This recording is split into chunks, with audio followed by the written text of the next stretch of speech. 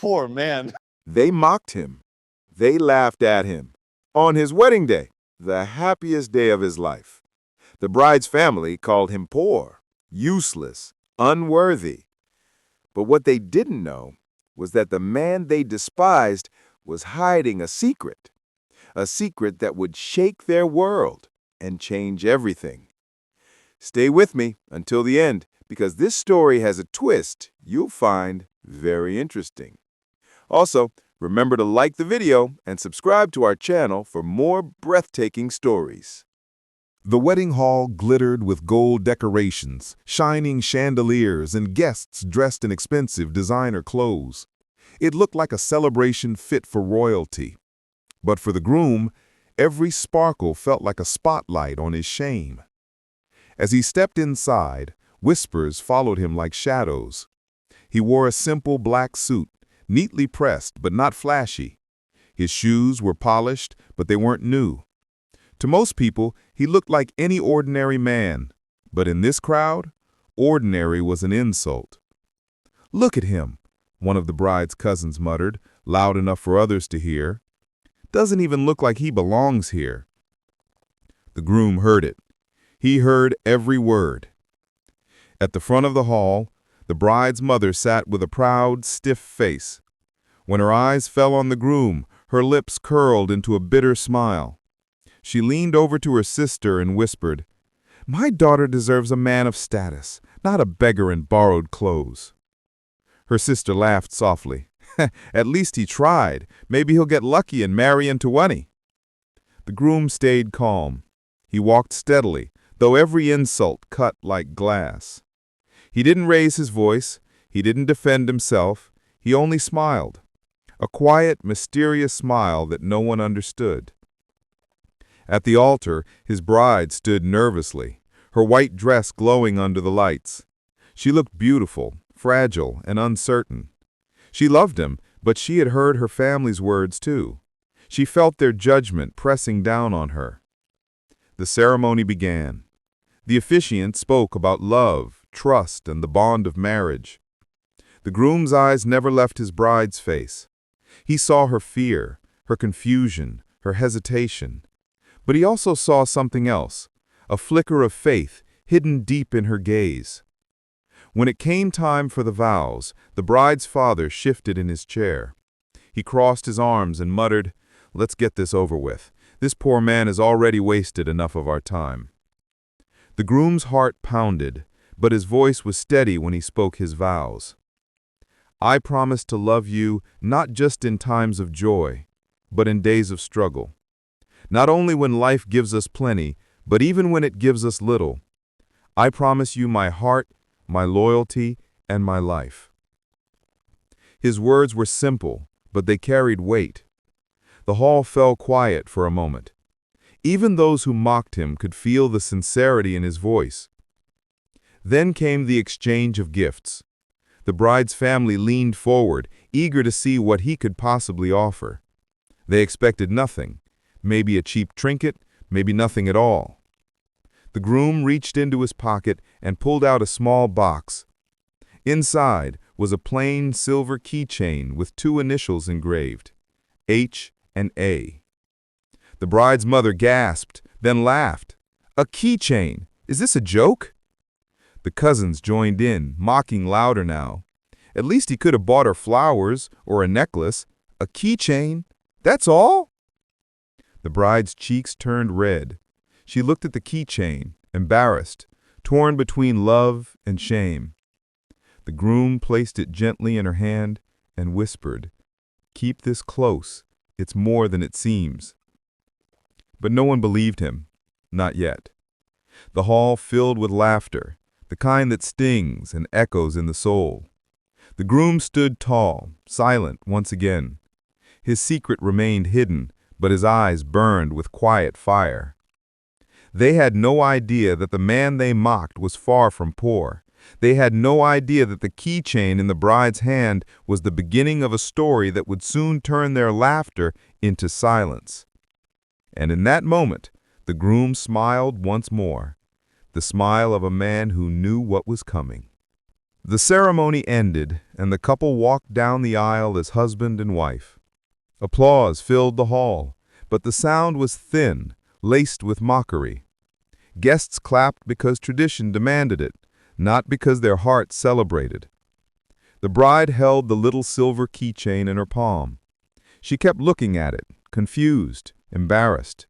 Her cousins leaned in, whispering cruel jokes loud enough for her to hear.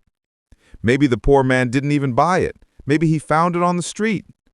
Imagine giving your bride a toy instead of jewelry. What kind of husband is that? The bride's cheeks turned red. She tried to smile, but the weight of shame was heavy. She wanted to believe in her husband, but she couldn't explain the gift, not even to herself. At the reception, the laughter grew louder. Expensive gifts lined the tables, diamond necklaces, gold bracelets, designer purses, and checks with too many zeros to count. Each time a gift was presented, the bride's family looked at the groom and laughed harder. Maybe he'll put that keychain in a safe, if he even has a safe. Another guest smirked. What he needs is a job, not a wife. The groom remained silent.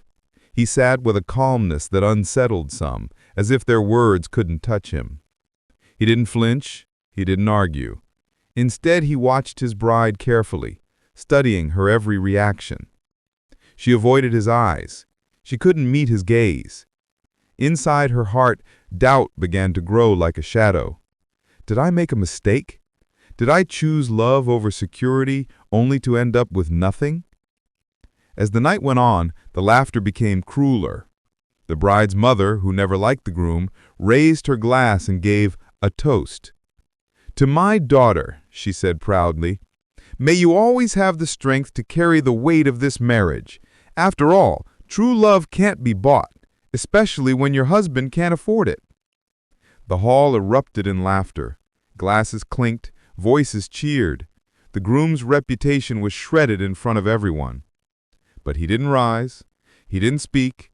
He only smiled again, that same quiet smile from before. Finally, the bride's father leaned across the table and said, "Son, I'll give you one piece of advice. A man doesn't feed a family with promises. He feeds them with money. And you, clearly, don't have any." The groom met his father-in-law's stare. For the first time, he spoke, his voice steady and calm. "Sir, you are right. A family needs to be fed. A wife deserves security. But I'll tell you this, love without trust is emptiness. Respect without patience is meaningless. Tonight you mock me because of what you think I don't have. But one day, soon, you will see what I truly gave your daughter." The table grew quiet for a moment. His words carried a strange weight, but no one could understand them. The bride's father scoffed. Big words, empty pockets. The laughter returned, but the groom didn't mind. He leaned toward his bride and whispered softly, so only she could hear. "Hold on to the keychain. Don't lose it. One day, you'll understand." The bride blinked back tears. She wanted to ask him what he meant, but fear silenced her. What if her family was right? What if this was all a mistake? Later that night, when the guests had gone and the hall was empty, the bride sat alone with the keychain in her hand. It looked ordinary, plain, worthless. But something about the way her husband said those words echoed in her heart. His calmness, his strange smile, his silence, as if he knew a truth that no one else could see. She didn't know whether to trust him or fear that she had just tied her life to a man who had nothing to give. What she didn't know, what no one knew, was that the small silver keychain wasn't just a trinket. It was the key to a secret that would change everything. The house was quiet that night. The bride lay in bed, still clutching the silver keychain in her hand, her mind racing with doubts and questions. She couldn't understand her husband. Why hadn't he defended himself? Why had he allowed her family to shame him in front of everyone? Beside her, the groom lay awake too, staring at the ceiling in silence. His chest rose and fell steadily, but his thoughts were anything but calm. He remembered another night, years ago, a different woman, a different love story, one that ended in betrayal. Back then, he was younger, naive, and open-hearted. He had fallen in love quickly, giving everything he had to a woman who swore she loved him. He showered her with gifts, dinners at fine restaurants, surprise vacations. He thought money was the way to prove love. But one evening, he overheard her talking on the phone. "He's rich, yes," she said, laughing, "but he's boring. I'll stay until I find someone more exciting. For now, his money keeps me comfortable." Her words shattered him. He confronted her, and she didn't even deny it. She walked away without a backward glance, leaving him alone with the truth. She had never loved him, only his wealth. From that day on, he made a decision. If he ever fell in love again, it wouldn't be because of money. It would be because someone saw him for who he truly was, not for the numbers in his bank account. So he learned to hide. He drove simple cars, wore ordinary clothes, lived in modest apartments when people were watching. He never flaunted his fortune. He wanted to see who would stand beside him without luxury clouding their vision. That memory still hurt, but it also gave him strength. Now, as he lay beside his new bride, he wondered if she would pass the test. He saw the way she looked at the keychain, the confusion in her eyes. He felt her silence, heavy with doubt.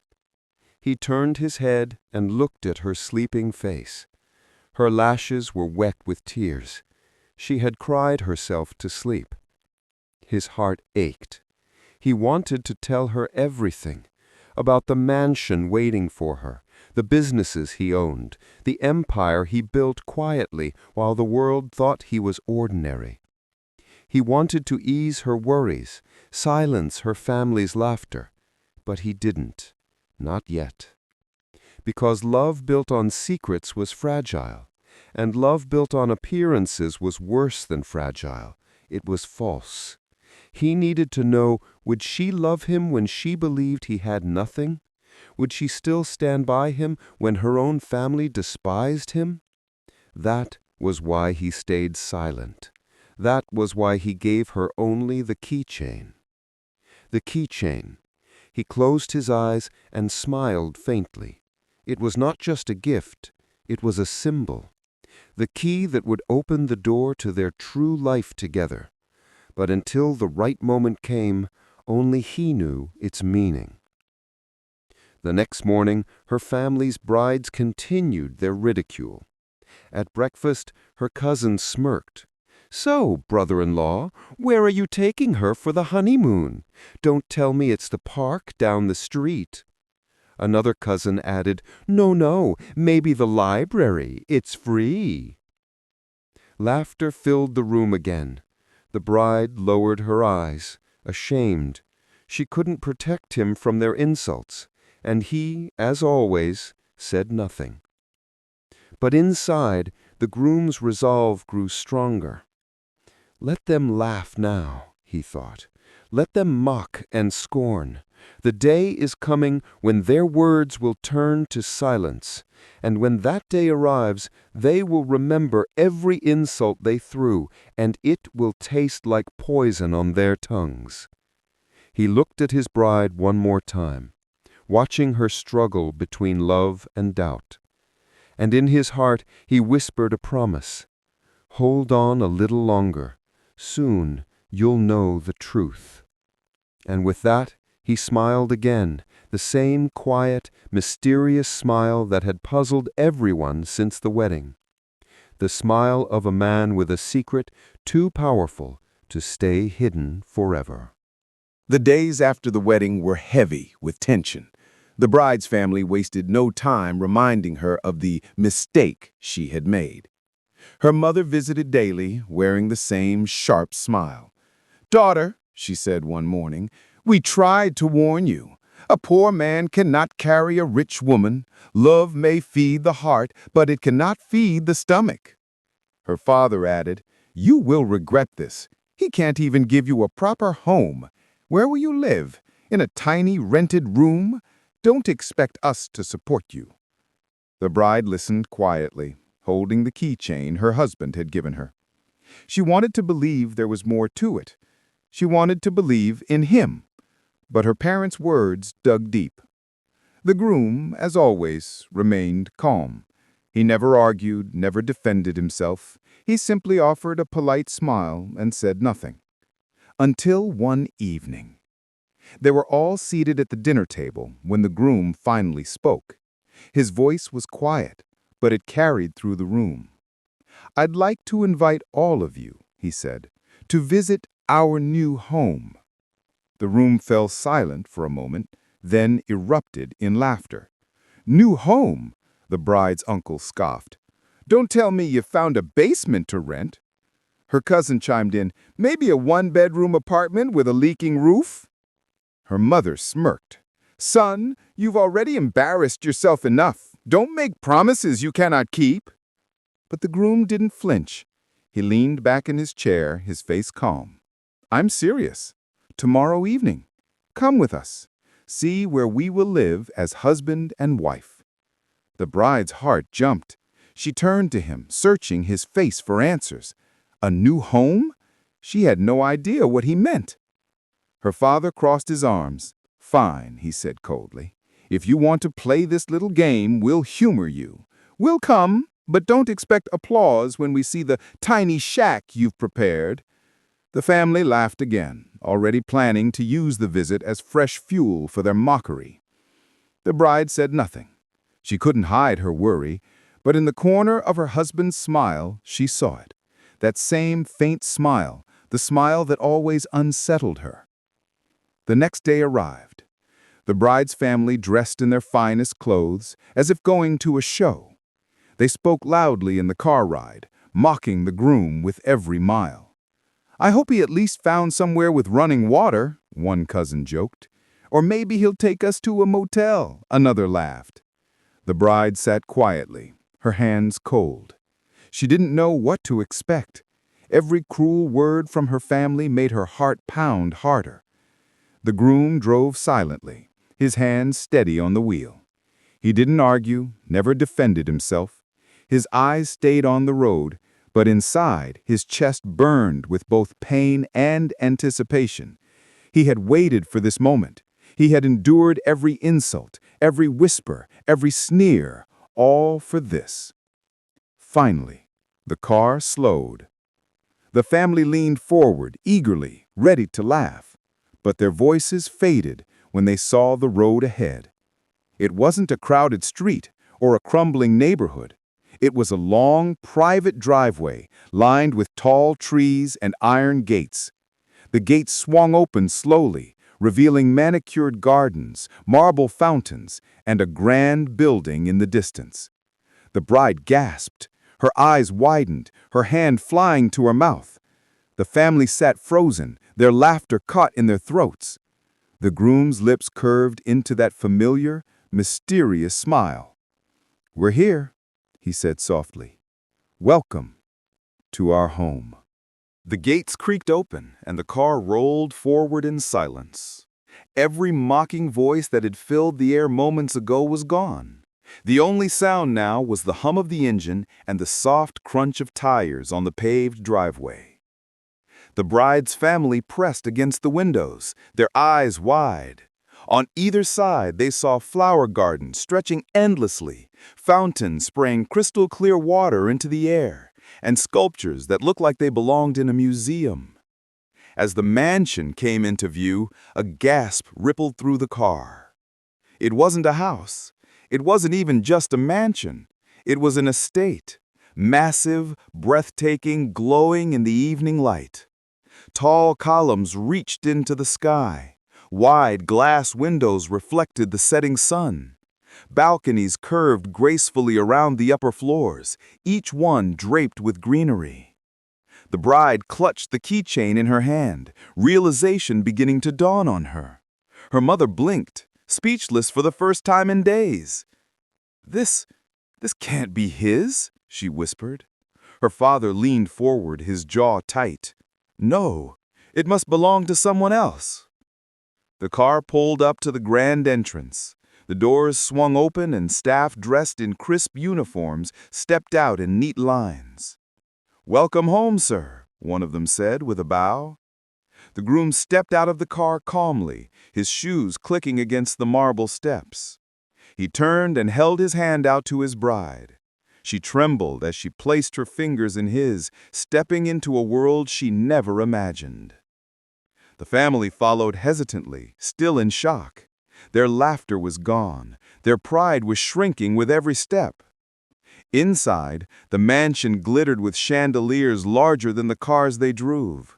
The air smelled of roses and polished wood. The floors gleamed, reflecting their stunned faces. Paintings adorned the walls, not cheap decorations, but priceless art. The cousins who once mocked the groom now trailed behind, their mouths hanging open. The uncle who had joked about a basement room gripped the railing, dizzy with disbelief. Finally, the groom stopped in the center of the grand hall. His voice was calm, but it carried power. "This," he said, "is our home." The bride's knees weakened. She could barely stand. She clutched the keychain tighter, her heart pounding.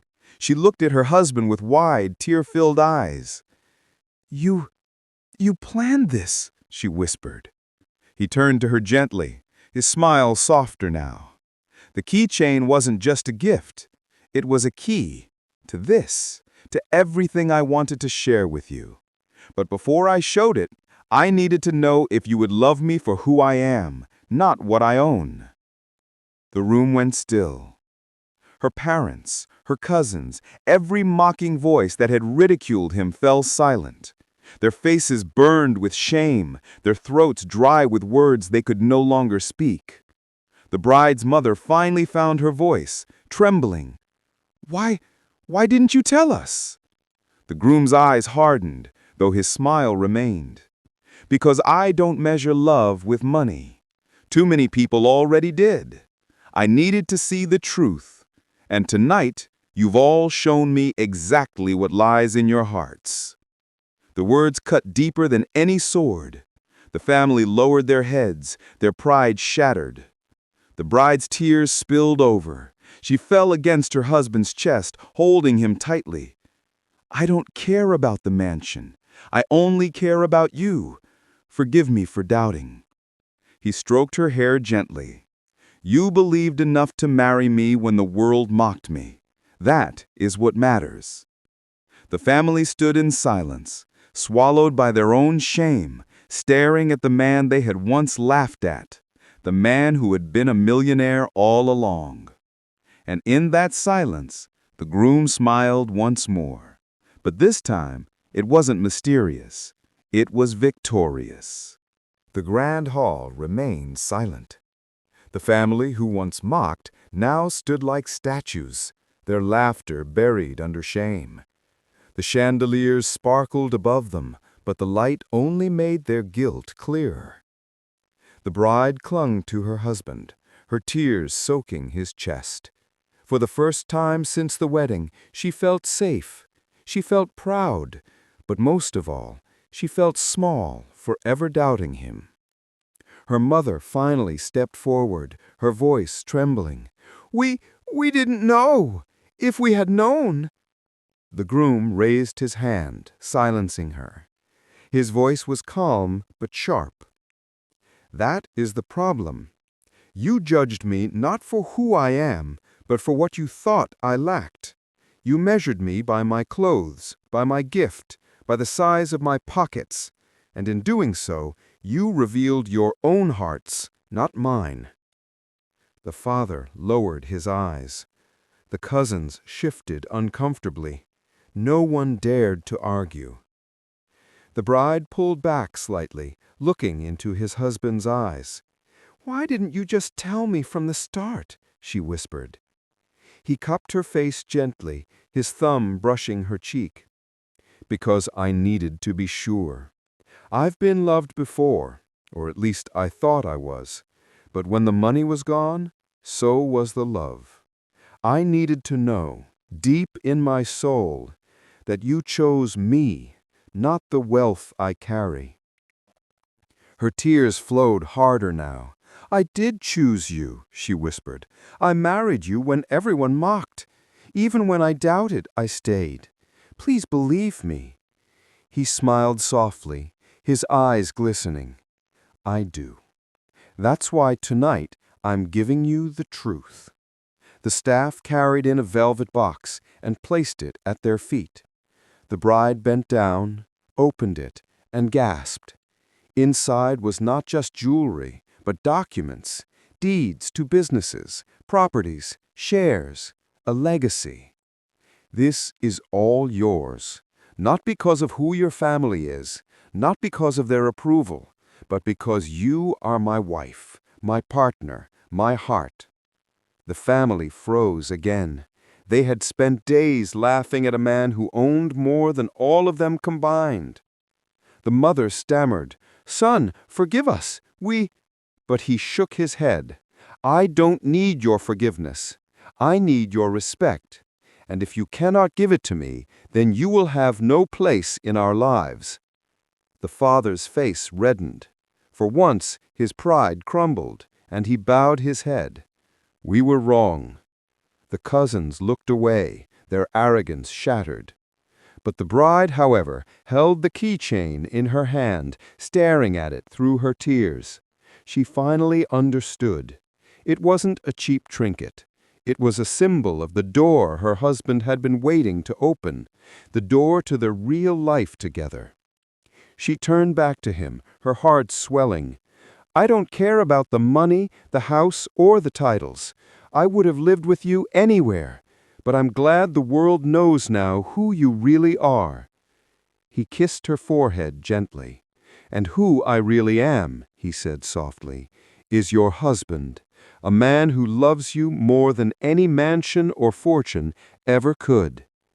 The hall grew still again, but this time it wasn't shame that filled the air. It was awe. The family had witnessed a love tested by fire, and though they tried to break it, it only shone brighter. The bride rested her head on his shoulder, clutching the keychain close to her chest. And as the night drew on, the man who had been mocked as poor stood revealed, not just as a millionaire, but as a man whose wealth was nothing compared to the strength of his heart. And so, the groom they mocked became the man they could never laugh at again. This story reminds us, never judge someone by what they seem to have, because sometimes the one who looks poorest carries the greatest treasure of all.